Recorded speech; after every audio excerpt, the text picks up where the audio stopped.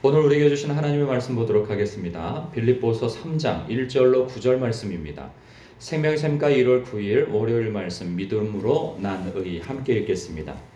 끝으로 나의 형제들아 주 안에서 기뻐하라. 너희에게 같은 말을 쓰는 것이 내게는 수고로움이 없고 너희에게는 안전하니라. 개들을 삼가하고 행악하는 자들을 삼가하고 몸을 상해하는 일을 삼가하라. 하나님의 성령으로 봉사하며 그리스도 예수로 자랑하고 육체를 신뢰하지 아니하는 우리가 곧 할례파라. 그러나 나도 육체를 신뢰할 만하며 만일 누구든지 다른 이가 육체를 신뢰할 것이 있는 줄로 생각하면 나는 더욱 그러하리니 나는 8일 만에 할례를 받고 이스라엘 족속이요 베냐민 지파요 히브리인 중에 히브리인이요 율법으로는 바리새인이요 열심으로는 교회를 박해하고 율법의 의로는 흠이 없는 자라. 그러나 무엇이든지 내게 유익하던 것을 내가 그리스도를 위하여 다 해로 여길 뿐더러 또한 모든 것을 해로 여김은 내 주 그리스도 예수를 아는 지식이 가장 고상하기 때문이라. 내가 그를 위하여 모든 것을 잃어버리고 배설물로 여김은 그리스도를 얻고 그 안에서 발견되려 함이니 내가 가진 의는 율법에서 난 것이 아니요 오직 그리스도를 믿음으로 말미암는 것이니 곧 믿음으로 하나님께로부터 난 의라. 아멘. 당시 빌립보 교회를 이 영적으로 대적하는 세력은 크게 이 두 세력이었던 것으로 보입니다. 이 하나는요 빌립보 지역에 거주하는 같은 이방인 동족들이죠. 그들이 실제적인 대적자들이었고, 그리고 또 하나는 오늘 본문에서 소개되어지고 있는 유대교 율법주의자였던 것으로 보입니다.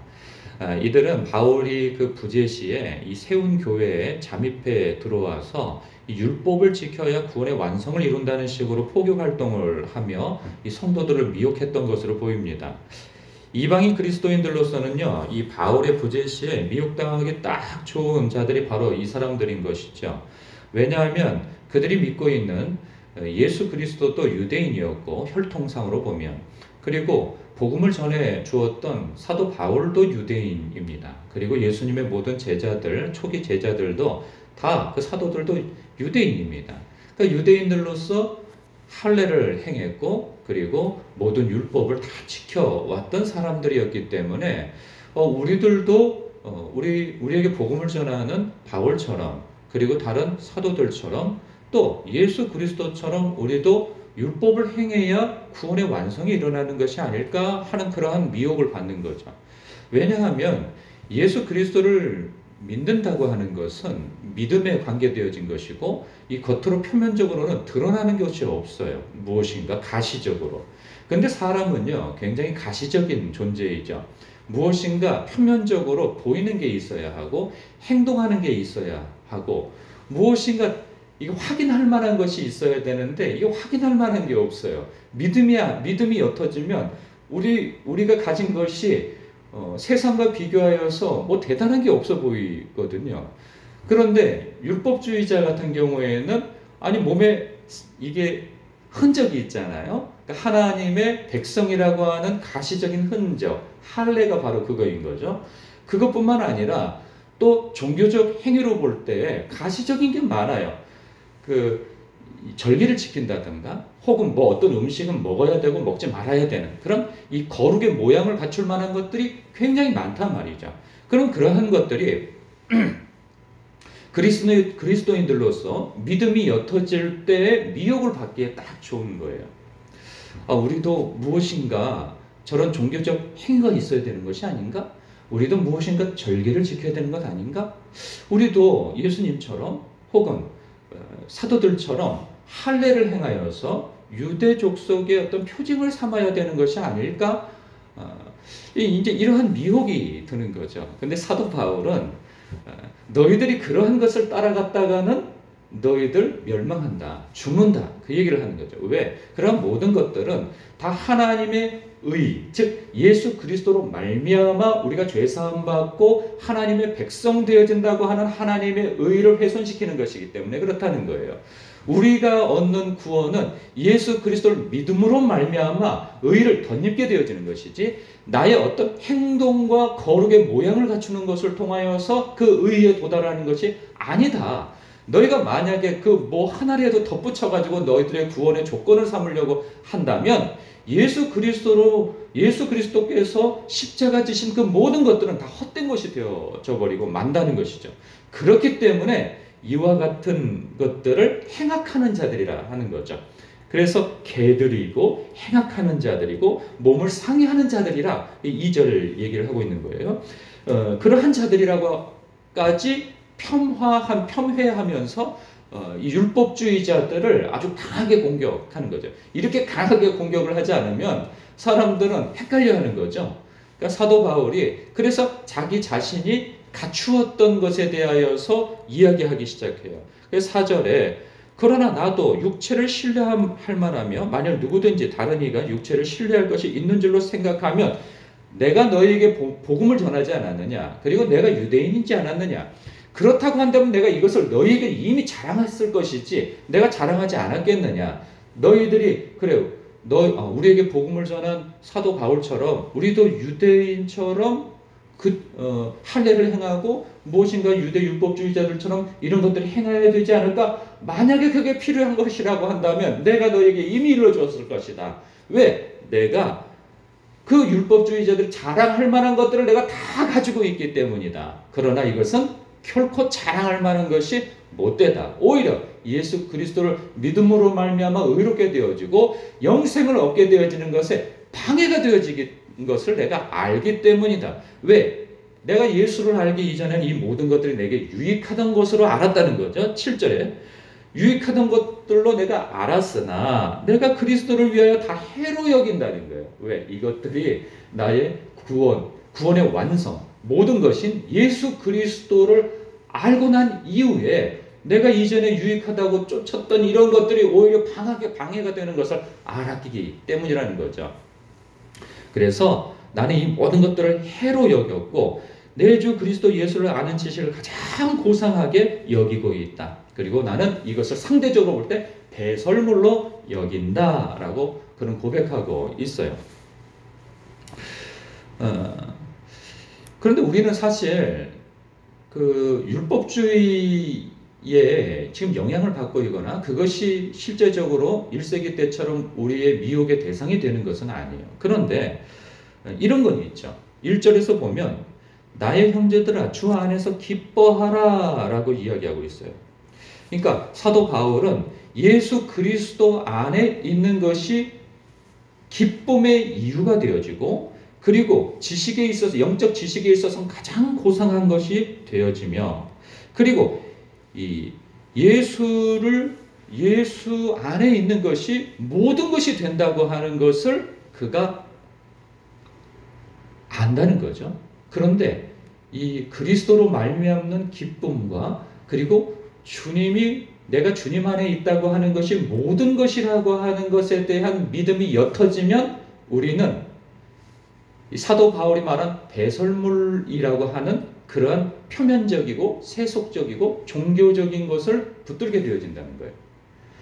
그러니까 우리도 마찬가지예요. 목사도 마찬가지이고 목사가 오직 예수로 충분하고 예수를 아는 것이 가장 고상한 것이며 그리고 그것이 기쁨의 이유가 된다고 하는 확고한 믿음이 흔들리면 교세가 얼마나 큰가 이것이 기쁨의 이유가 되어지는 것이고 교회 재정 정도가 얼마나 되는가 이것이 자랑의 이유가 되어지는 것이고요. 그리고 이 예수 안에서의 기쁨을 상실하게 되어지면 자신의 학벌을 내세우게 되어지고 그리고 자신의 혈통을 내세우게 되는 거죠. 우리 집안은 3대째 기독교 집안이며 목사를 수없이 배출했던 그런 어떤 하나님의 어떤 특별한 진골의 그러한 가풍을 가지고 있으며 이런 것들을 자꾸 내세우게 되어진다는 거죠. 그런데 그의 말 속에는 예수는 없어. 근데 예수 외에 다른 것들은 잔뜩 있어요. 40일 동안 작정 기도를 했고 금식을 했고 그러니까 예수님은 온데간데 없는데 예수님 외에 다른 것은 굉장히 덧붙인다는 말이죠. 다른 것은 이것저것 막 덧붙여요. 그래서 크리스마스 트리처럼 화려해요. 그런데 주님 오실 때에는 내가 너를 도무지 모르겠다. 그러니까 표면적으로 볼 때에는 화려한 거죠. 이것도 걸치고 저것도 걸치고 이것도 매달아 놓고 저것도 매달아 놓아서 볼 때는 아이고 이쁘다 그러는데, 이 크리스마스가 지나가면은 다 떼어서 초라하게 되어지는 것처럼 마지막 때에 주님이 심판하실 때 주님, 내가 주님의 이름으로 뭣도 하고 주님의 이름으로 뭣도 행하고 뭣도 행했습니다 라고 자랑을 하여서 주님 앞에 칭찬을 받을 거라고 생각했는데, 결과는 내가 너를 도무지 모르겠다. 너는 네 영광을 위해서 살았고 너 자랑을 위해서 살았고 너의 고백과 너의 삶 속에서 내가 전혀 없었어 라고 말씀해버리면 이건 너무나도 당혹스러운 거죠. 근데 이것은 뭐 목사뿐만 아니라 모든 신앙인들에게 있어서 빠질 함정인 거죠. 우리의 신앙에 있어서 예수 그리스도가 가장 고상한 것이 되고 예수 그리스도를 아는 것이 믿음의 전부가 되어지는 거, 그리고 그리스도 안에 있는 것이 기쁨의 이유가 되어진다면 우리가 소유하고 있는 그 모든 것들은 부차적인 것이 되어지고 주님을 위하여서 사는데 도구로서 사용되어지고 하는데, 예수 그리스도 안에 있지 아니하고 예수님이 가장 고상한 분이 되지 못하고 그 예수님을 아는 삶이 기쁨이 되어지지 못한다면, 그러면 우리는 이 부차적인 것이 이제는 우선순위가 되어져서 살게 되는 거죠. 그래서 내가 부동산을 얼마나 소유하고 있는가, 내가 몰고 있는 차가 어떤 차인가, 그리고 내가 어떤 학벌을 가지고 있고 우리 집안이 몇 대째 또 기독교 집안이며 나는 모태신앙이며 그리고 나는 교회에서 뭣도 하고 직분이 무엇이다. 예수님은 안 계시는데 종교적인 것과 예수를 믿는 것 때문에 얻었다고 하는 그 복을 자랑하는데 정신이 없는 거죠. 근데 또 이것도 없으면은 그냥 확 사람이 또 확 쪼그라들고 위축되고 그러는 거죠. 그래서 사도 바울이 이야기하고 있는 바 1절에 나의 형제들아 주 안에서 기뻐하라. 너희에게 같은 말을 쓰는 것이 내게는 수고로움이 없고 너희에게는 안전하니라. 내가 몇 번을 말해도 이것은 너무나도 중요한 얘기다. 너희 삶에 예수 그리스도가 가장 고상한 분으로 교제하고 있고 그분 안에 머물러 있고 그분을 위해 사는 것이 당신들에게 가장 큰 기쁨의 이유가 되고 있는가? 그것을 확인하라 하는 거죠. 그래서 저도 요즘에 그것을 늘 확인하고 있습니다. 내 기쁨의 이유, 내 삶의 목적, 예수 그리스도인가? 나에게 정말 오직 예수인가?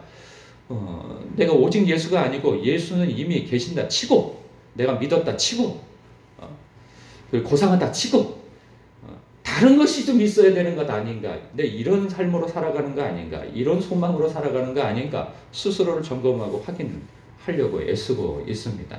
제가 조금이라도 비켜나가면, 저는 조금 비켜나가는 거지만 저를 통하여서 신앙에 영향을 받는 사람들을 더 크게 비켜나갈 수 있는 일이거든요.